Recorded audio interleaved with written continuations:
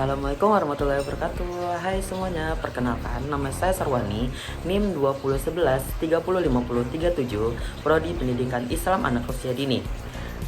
Baik, di sini saya akan menjelaskan tentang konsep diri, yaitu bagaimana cara menumbuhkan kepercayaan diri kepada anak usia dini yang sangat malu terhadap orang sekitar. Baik, saya akan menjelaskan langsung saja apa itu kepercayaan diri. Kita langsung aja. Kepercayaan diri merupakan salah satu modal dasar yang sangat penting yang harus dimiliki setiap orang atau anak dalam memenuhi berbagai macam kebutuhan hidupnya. Dengan memiliki kepercayaan diri, berarti anak akan meyakini bahwa yang dimiliki adalah untuk menyelesaikan sesuatu pekerjaan masalah yang terjadi pada proses pembelajaran. Tidak semua anak usia dini memiliki rasa percaya diri yang sangat tinggi. Kita lanjut. Anak usia dini memiliki pribadi yang sangat unik dan karakteristik yang beraneka ragam. Segala aspek perkembangan yang dibutuhkan oleh anak usia dini perlu dikembangkan dan terus disimulasi sesuai dengan tahapannya. Salah satunya adalah aspek perkembangan sosialnya. Nah, di mana nantinya anak tidak hanya dengan satu lingkungan saja, namun berbagai lingkungan yang ada di sekitarnya. Penanam rasa percaya diri pada anak itu sangatlah penting yang tidak terus mempengaruhi tumbuh kembang anak tersebut. Masih dalam beberapa anak yang memiliki rasa takut atau kurang rasa percaya diri dan untuk mengubah rasa kurang percaya diri ini sangatlah waktu yang sangat tidak singkat. Jadi pada saat kita melakukan anak tidak akan begitu untuk menjadi percaya diri sepenuhnya.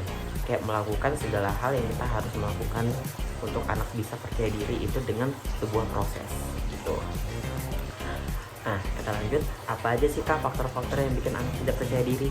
Ini banyak betul nih pertanyaan yang sangat simpel tapi yang sangat tidak faktornya ini membuat orang tua tidak tahu apa faktornya anak ini tidak percaya diri. Nah, di sini poin-poinnya. Nah, di poin pertama itu kurang dorongan dari orang tuanya. Maksud dari dorong orang tuanya ini adalah kita harus memberi anak dorongan supaya anak-anak ini menjadi percaya diri. Nah, banyak orang tua yang tidak mau anaknya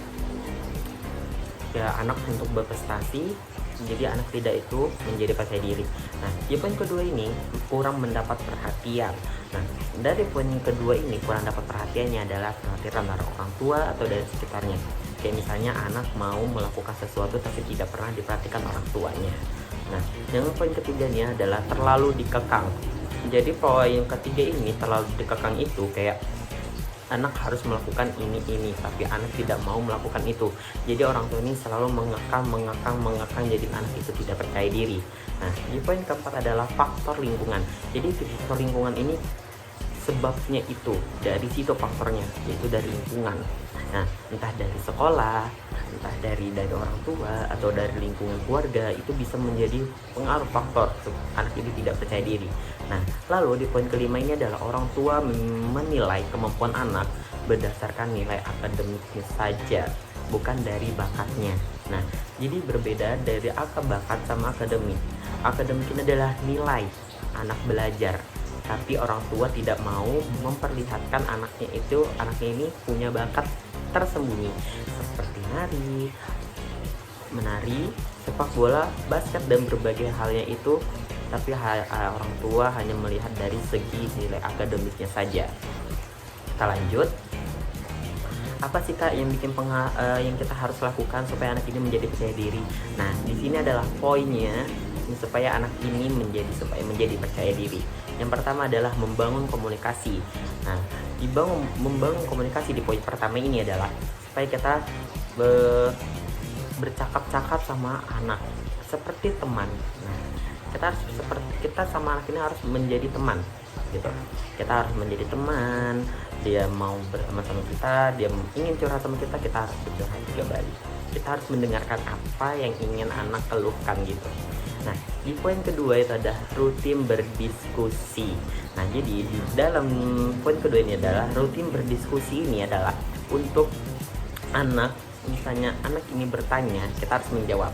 Misalnya, Ibu, kenapa kucing itu makannya ikan? Nah, kita harus menjawab ikan adalah enak untuk pengharuman supaya dia ini mau gimana orang tua ini ingin menjawabnya sesuatu.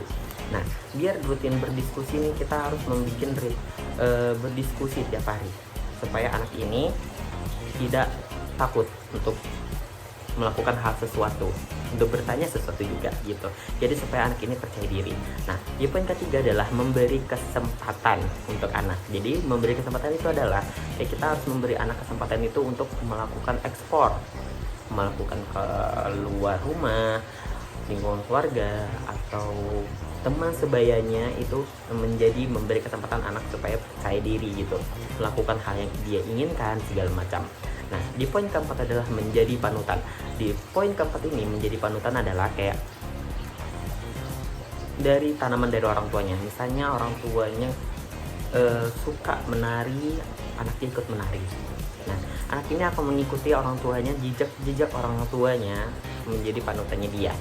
Nah, kita jangan mengubah.